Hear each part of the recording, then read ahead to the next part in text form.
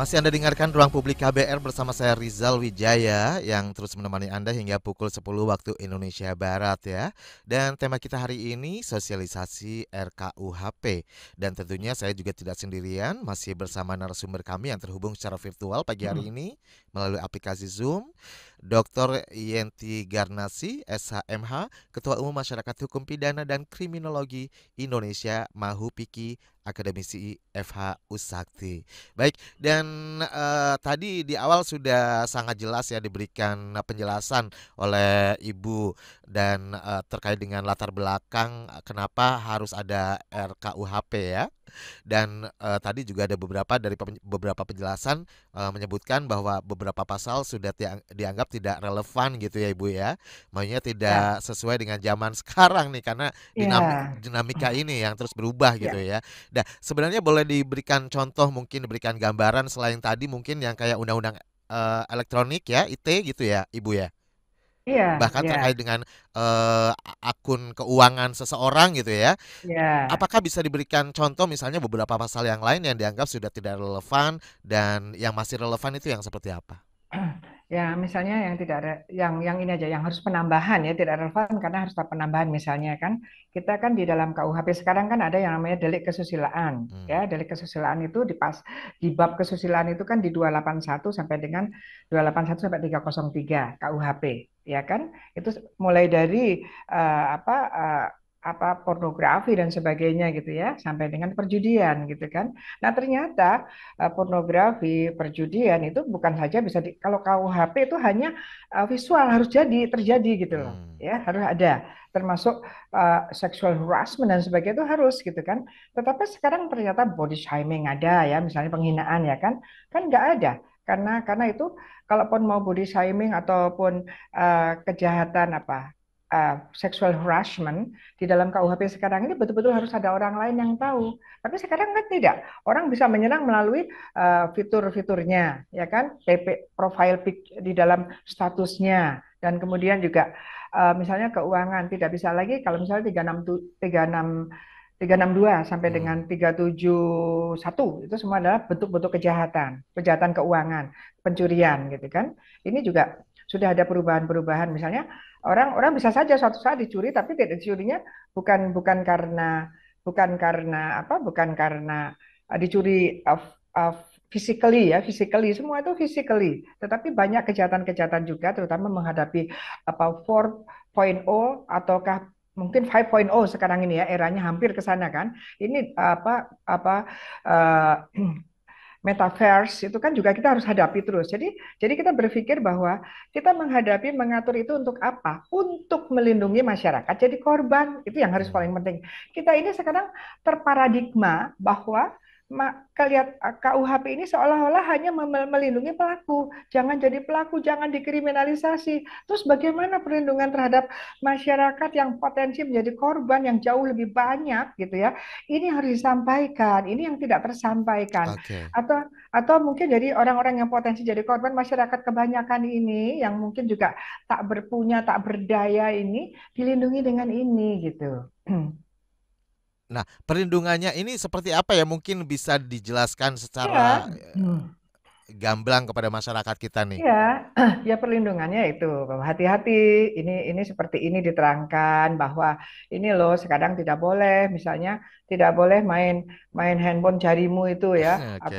atau jempol itu ya langsung main kirim-kirim gitu kan itu harus ada ini ya ada apa penjelasan kepada masyarakat kemudian bahwa nantinya bahwa sekarang ancaman pidana itu seperti ini bahkan nanti di situ ada nuansa restoratif justice kalau Hmm. misalnya ada orang-orang ada orang-orang yang betul-betul misalnya mencuri dikarenakan desakan ekonomi yang sedemikian rupa harus menjadi pertimbangan dari hakim bahkan ada juga judicial pardon ya meskipun oke terbukti dan sah menurut hakim terbukti sah menurut hakim dan meyakinkan tetapi harus dilihat Oke.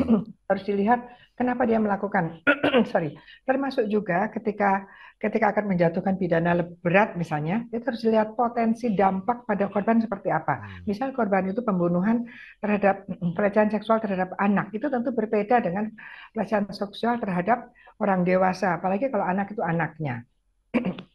baik.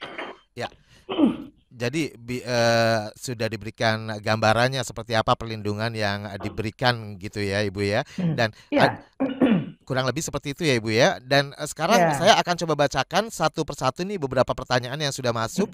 Ini melalui YouTube ya. Ada Ibu Fitri Anggreni. Bu Yenti, terkait ada pasal hukum yang hidup. Oh ya. Dampaknya apa kepada masyarakat secara umum? Ataukah ini hanya akan terdampak pada kelompok tertentu saja? Nah, ini kekhawatiran-kekhawatiran dari masyarakat umum nih yang mungkin bisa dijawab sekarang juga Ibu.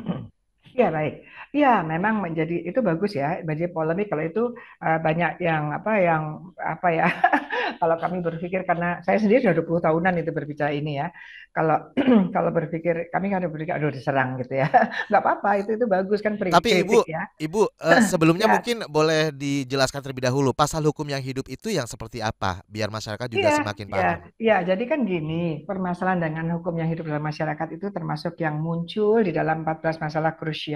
Dan I think, menurut saya itu bagus karena di awal saya sendiri di awalnya juga ini bagaimana. Jadi begini, asas kita itu kan kalau hukum pidana itu kan sanksinya berat sekali ya dibandingkan perdata dan administrasi. Hmm. Karena kalau melakukan tindak pidana itu sanksinya sampai dengan perampasan kemerdekaan. Berarti ini kan berat sekali ya. Terlepas lah 1 hari 2 hari di penjara itu juga berat gitu. Itu Hmm. bukan bukan masalah ringan gitu kan. Bahkan ada juga masih ada pidana mati gitu. Jadi kita harus betul-betul harus betul-betul mengaturnya itu tidak boleh bersifat karet, tidak boleh asal-asalan nanti semua orang bisa kena. Oleh karenanya apa asas yang universal itu asas legalitas yaitu bahwa bahwa nullum delictum nulla puna sine praevia lege punali.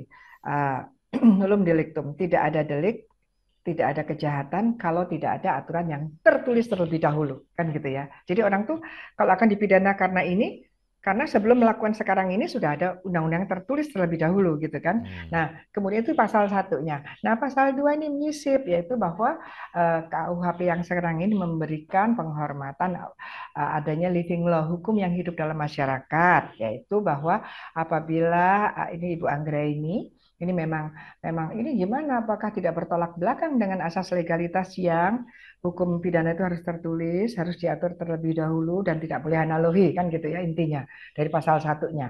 Nah tiba-tiba pasal 2 ada ini, pasal 2 tiba-tiba bahwa uh, hukum pidana juga memperhatikan hukum yang hidup dalam masyarakat yang jelas sekarang ini tidak tertulis, ya kan? Dan itu bisa dimasukkan ke pengadilan pidana. How to be gitu, bagaimana ini gitu kan? Kok tidak jelas, kok tidak strikta sebagai salah satu ciri hukum pidana itu adalah lex stricta. Hukum itu harus jelas dan Hmm. terbatas. Tidak boleh kita nggak tahu gitu. Tapi kenapa ini nggak jelas? Nah, ini kan sekarang ini kan nggak jelas karena Oke. hukum yang hidup dalam masyarakat. Nah, itu nantinya kemarin dalam dalam persetujuan yang hari apa ya? Hari 3 hari lalu, 4 hari lalu oleh DPR itu persetujuan tingkat 1 kan ya, tingkat 2-nya nggak tahu lagi Insya Allah tahun ini. Ya, itu adalah bahwa hukum yang hidup dalam masyarakat yang disusun oleh tim perumus itu adalah bahwa akan disisir ya hukum-hukum pidana adat yang masih sekarang ini masih hidup. Betul. Yang sekarang ini bisa dilakukannya menggunakan Undang-Undang Nomor 1 Darurat 51 Pasal 3. Tapi undang-undang itu kan dicabut.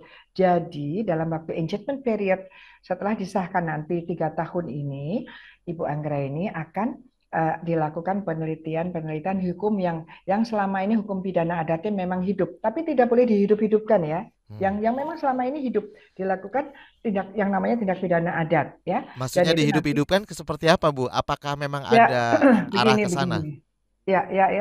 Enggak, ya tidak ada pun kalau kami ya, kalau pemikiran ilmiah ya kita harus apa ya, memprediksi apa yang bisa muncul dengan adanya ini ya. Ya, kita tidak boleh hanya apakah ada tren ke sana. Ya, tidak hanya di situ. Hmm. Meskipun sekarang tidak ada tren, siapa tahu nanti memicu gitu ya. Menurut saya suatu policy, suatu keputusan, sesuatu itu harus harus betul-betul mitigasi risikonya ya. Oke. Ini risikonya nanti apa? Nah, ini hukum yang diadakan tuh begini. Misalnya berkaitan yang paling jelas di Bali ya, nggak banyak menurut saya sih.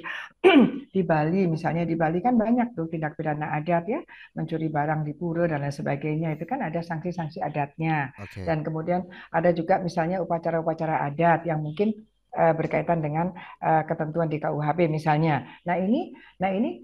Misalnya di sini itu nanti putusan kemarin ya, keputusan kemarin kebetulan saya hanya Zoom ya, tidak bisa hadir ke DPR karena saya harus ada Rakornas Masyarakat Hukum Pidana di Universitas Brawijaya di Malang. Oke. Nah itu begini, jadi hukum yang hidup dalam masyarakat itu nanti diatur melalui PP, diatur Hmm. melalui PP, kemudian masukkan ke perda-perda, perda.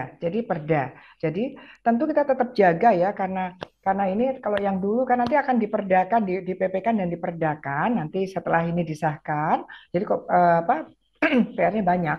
Itu nanti kalau yang sekarang itu kan tindak pidana adat itu boleh diberlakukan Oke. sepanjang tidak ada padanannya dalam KUHP, ancaman pidananya hanya tidak boleh lebih dari tiga bulan Baik. kurungan. Ya. Tapi Jadi melalui pengadilan adat. jadi Tapi nanti lewat perda gitu ya Ibu ya? ya perda. Tapi mungkin saya perlu menyampaikan titik beratnya karena ini kemungkinan ada praktisi hukum orang-orang yang pintar-pintar hukum ya ini kan. Tapi bukan berarti kami akan menghidupkan pengadilan adat, tapi Oke. tetap ke pengadilan umum ini yang barunya di situ. Baik. Ya, Ibu, Terima kita kasih. tahan dulu Ibu. Sebelumnya saya akan angkat telepon terlebih dahulu dari Ibu Mary di Bogor. Selamat pagi, Ibu Mary. Halo, selamat pagi. Selamat pagi, Bu Mary. Iya, aku mau nanya, ini Ya, beberapa hari lalu juga ada beberapa berita di website ya, oleh media nasional juga yang bilang bahwa Halo. kalau menghina presiden itu juga akan dikenain sanksi jatuhnya. Selama ini kan ada orang yang menghina presiden atau mengkritik presiden itu dikaitkan dengan kebebasan berekspresi gitu. Nah, dengan adanya RKUHP ini jadi kayaknya nggak boleh lagi lo, awas lo, kena denda lo kalau menghina, hati-hati lo ngomong. Nah, apakah menurut Ibu ini termasuk mengekang kebebasan berekspresi atau gimana? Apa iya. kira-kira penjelasannya? Makasih. Baik. Terima kasih Bu Makasih, Mary di makasih Ibu Bogor. Mary di Bogor, sama-sama Baik. dengan saya juga di Bogor. Oh, jadi pengen asinan deh kalau ingat Bogor. Ah iya deh, jadi pengen ketemu Ibu Mary deh. Baik, Ibu tahan dulu ya Ibu Ya, ya. Jawabannya nanti akan diberikan penjelasannya ya setelah jeda iklan. Jangan kemana-mana, tetap di ruang publik KBR.